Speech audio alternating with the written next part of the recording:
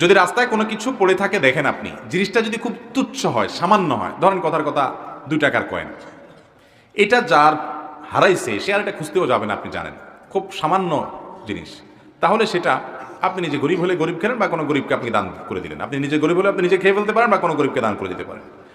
আর যদি জিনিসটা দামি হয়, ধরেন আপনি 1000 টাকা পাইছেন, 2000 টাকা পাইছেন, মূল্যবান কিছু পাইছেন, যেটার মালিক এটাকে খুঁজে বেড়াবে আপনি জানেন, তাহলে সেক্ষেত্রে এটা নেওয়ার পর আপনার দায়িত্ব হলো চতুর্পাশে ভালো করে ঘোষণা দেওয়া, ভাই এই জায়গা আমি কিছু টাকা পাইছি, কার হয় নিয়ে যাবেন। দীর্ঘদিন আপনাকে ঘোষণা দিয়ে যেতে হবে, যেতে হবে, যেতে হবে। কোনোভাবেই মালিক আর পাওয়া যাচ্ছে না, কোনো হদিস নাই, কোনো আলামত নাই, কোনো কিচ্ছুতেই পাচ্ছেন না, আর আশাও নাই। এতদিন হয়ে গেছে, অনেক দিন হয়ে গেছে, বহুত খোঁজাখুঁজি করছেন, তারপরেও পান নাই। তাহলে এবার কি করবেন?